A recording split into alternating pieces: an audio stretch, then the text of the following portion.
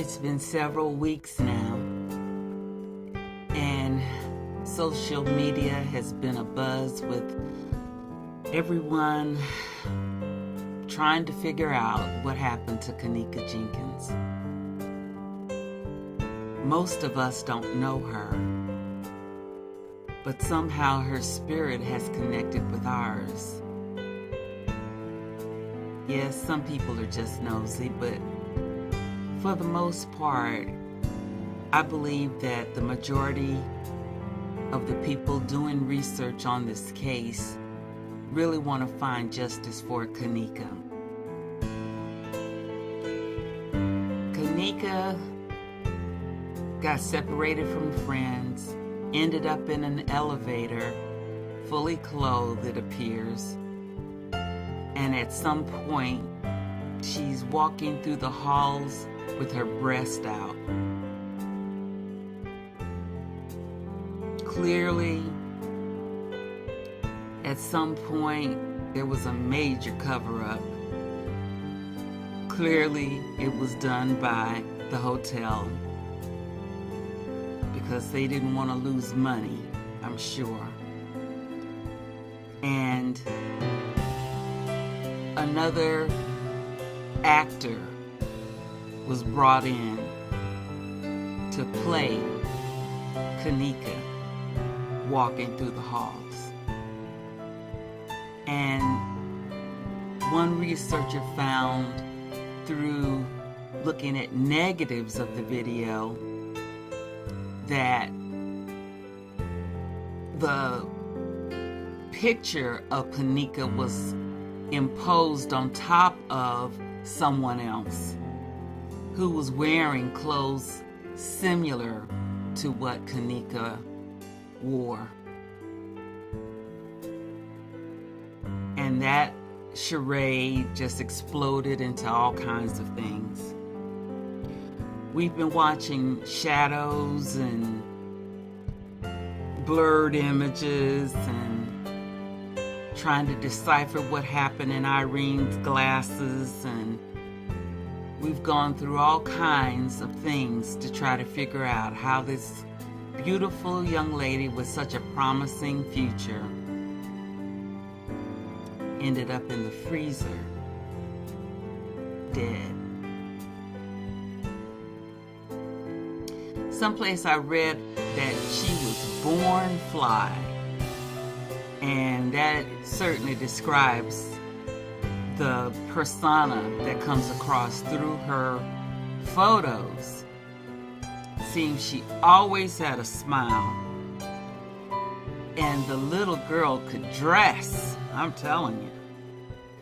And so she truly was born fly. And I believe that through a very unique and unusual way, God allowed me to just really believe that she's with him and she's still fly. But that's something that we'll know for sure, hopefully, when we get to go to heaven. And so we should be living our lives in such a way so that we can meet Miss Kenneka Jenkins or renew the relationship that some of you had.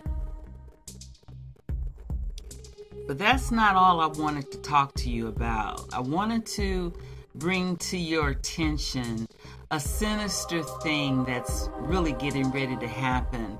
And I'm imploring you, I'm pleading, I'm begging you to stay in your homes and not to take part of the upcoming protest by this group called Antifa that's supposed to start on November the 4th. Don't fall for it. To me, that's something that a lot of the elite people are behind to further separate us, to separate the blacks from the whites and minorities from the elite and all of these different things. And one thing that Kenneka has shown us is that we can come together. Everybody, people from overseas, people in America, there are literally scores of people working on this case. And I'm saying, please, don't fall for the okie doke. If there's one thing that you should get from Kenneka, is that girl had a heart full of love. You could tell it. You could tell it. And the love that she has, we need to develop ourselves. You know, I went through hours of reading the police interviews and statements and things like that. Everything seemed to be pretty much saying the same. But it didn't go with a lot of what was shared on social media. There was conflicting stories.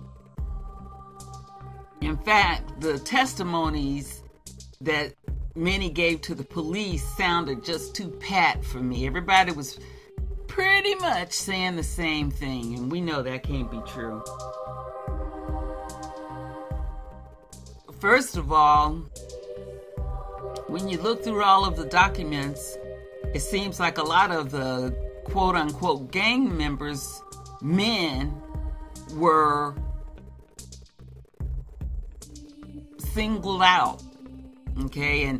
And according to what I've learned through posts by people that were at the party on social media, a lot of the people didn't know some of these people, you know, and you know, there were supposedly threats, and certain people had guns, and things were said. I even found a document where the police department went through that live video that Irene did, and through their means, they went line by line in that video and picked up things that a lot of us even didn't hear, that have been investigating and researching this on our own. Like they're getting ready to murder her, and they're in there raping her. You know, we had, you know, got that part about the rape part out, and some of you, I think, had heard the part about the murder. You know, but it goes from, it took hour upon hour for us to decipher all of this. So, what was told to the police versus what happened is still up in odds. But I believe that Kenneka left us all a big clue, and that clue was the black, either trash bag remnant or a thread, knit thread from somebody's jacket, or maybe a hoodie, black hoodie. And if the police had taken this murder seriously, they would have done fingerprints, and they would have collected that thread into evidence and, you know, further developed it to see exactly what it was and where it could have come from. You know, I like to be original and give what I found. And so I'll just direct you guys to Straight Drop. And I'm doing this video right now on a Saturday, and I believe it's the 28th of October. So he released a couple of videos today that I would suggest that you guys go and look at. And, you know, I'll leave it like that. But what I really believe that happened to Kenneka is that I think that she did get pulled out of the party by Monifa and Shamaya. And I think that some things in between there happened, whether it had to do with going and being with some guy or whatever. But I think that they left, clearly they left Kenneka alone. And that goes completely against the girl code. You don't leave your friend that is drunk, clearly drunk, alone in public someplace. You just don't do that, period. Whether you're off your square or not, you guys stick together. That makes me feel suspicious about that. It makes me feel like it was some other things going on besides just innocently going back to get the keys and the phone. And I'm also say I think that girl had her phone with her all the time. I really do. But that's neither here nor there. Anyway, she ends up in the freezer. And she's filthy. Her hair looks like it's been used like a mop. And somehow they got that girl down there without everybody in this hotel seeing them. And I believe that they brought her back in that room. I believe that they got a plastic bag and stuffed her in that bag.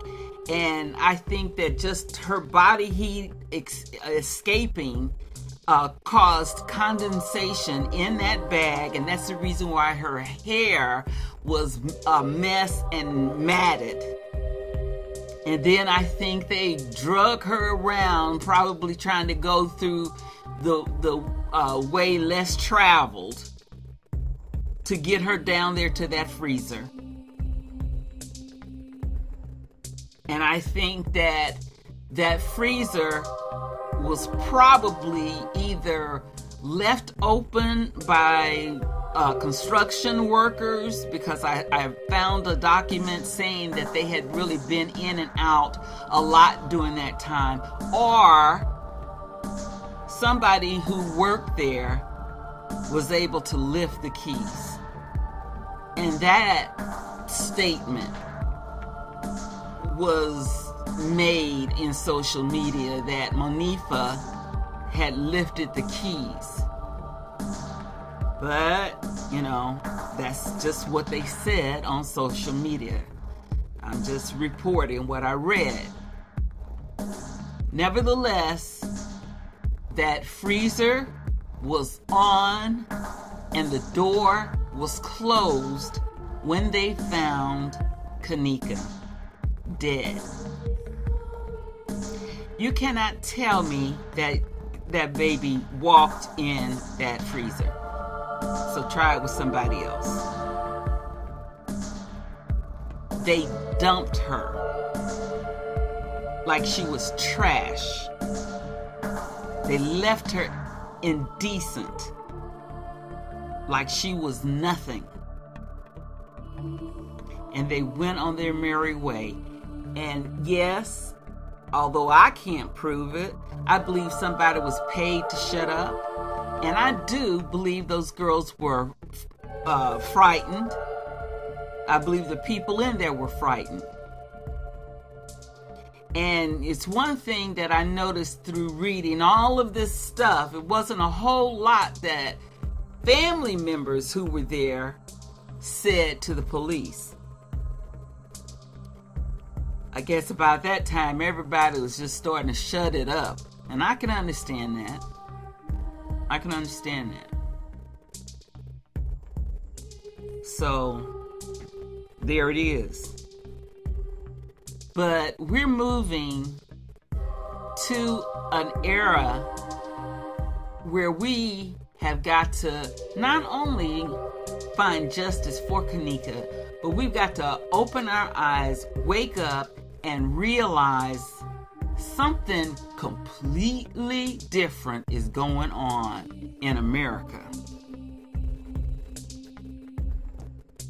There is no case that I know of where the pictures of a deceased person found in a situation like this has been flooded to the public. Never have I seen this. And I have worked in the legal field for years. I studied political science and law enforcement, and I'm telling you, this is not how it's done, period. For you to ever see this kind of information and pictures, it would have to be in a trial, and only then if they allowed that trial to be telecast to TV. And if you had interest, some kind of interest, and you really cared and wanted to pay for the file after everything was said and done, you might want to pay for copies of everything that was, displayed at the trial, but most people don't do that. And I hate to have to do this, but to me this is so disrespectful. It's so disrespectful. And while everybody's got their opinion about O.J. Simpson, I bet you would never see pictures still today of Nicole Brown's body and the crime scene. But for a black girl, she's just out there. And it's so sad because I prayed and I was like, Father, here I am, I'm looking at a dead body. I'm so desensitized that it's just like, And I've had to go before God and say, Father, forgive me for handling the dead and allowing this in your presence. But I feel compelled to try and reach out to y'all and tell you what I saw and try to help for her to get justice, but also to warn you, it is bait. It is bait. Darkness is coming. And here's what I mean. She's not the first of them showing us everything. They left Michael Brown on the street for hours. And when I saw that, immediately in my mind, I thought, this is just the same as hanging a black person from a tree and letting him hang there to put fear into other slaves, other black people.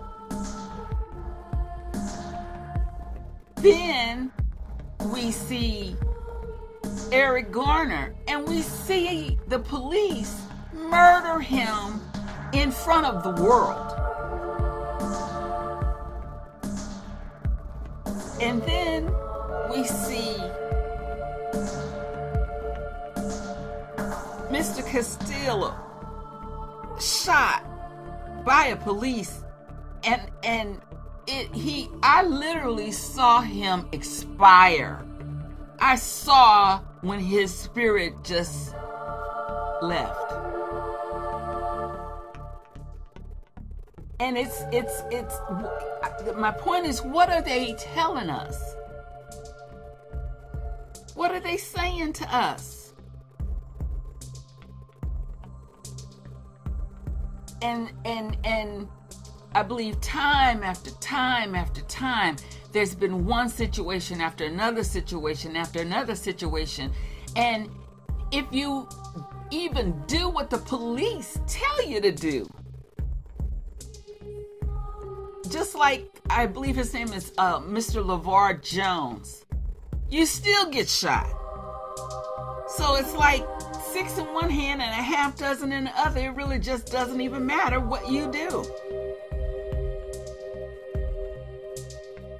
And recently I learned about Mr. Robbins. Shot 76 times. And I saw a video where his mom was saying that this is something that happened, like, I guess over a year ago. And they were finally gonna be able to go and more or less shut Atlanta down. And I'm watching all of this come to a head. And while I've cried, I have prayed, and I have done all kinds of things to try to help, to encourage, to comfort, to the best of my ability. I really can see us being pushed to go out into the streets and just let it go, set it off. And that's where I see genocide. And this November the 4th thing by this group called Antifa, this is something that is really the beginning of, or the prelude to, depopulation. I think that a lot of these events have been given the okay because I think that they thought we would have, as black people, we would have just gone all the way off by now. And it's like, that didn't make them go. Let's do another one. Let's do another one. Let's do another one. And I think it's becoming so outrageous that you can't help but want to go and kick somebody's behind. But I don't think that's what God wants you to do. You don't give the devil what he wants. You don't play by the enemy's playbook. And so I am making this video to warn you. Please, don't go out there on November the 4th with these people. I'm going to just have to give it to you like it is. To me, that's a white man's protest.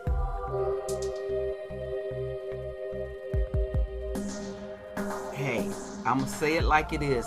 I think that's something that they want to do because of insecurities among white men. And anybody that they can pull in with them, that's fine. But I think that's their fight. And I think that we should stay home. We as black people should stay home. And we as minorities should stay home. And we as women should stay home. And we as just human beings that have compassion for others, stay home.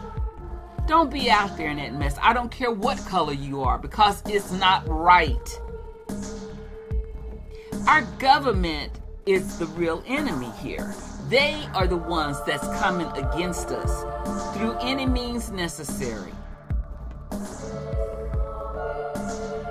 They have determined that we as the population are quote unquote useless eaters. Don't follow their game plan. Don't give them what they want.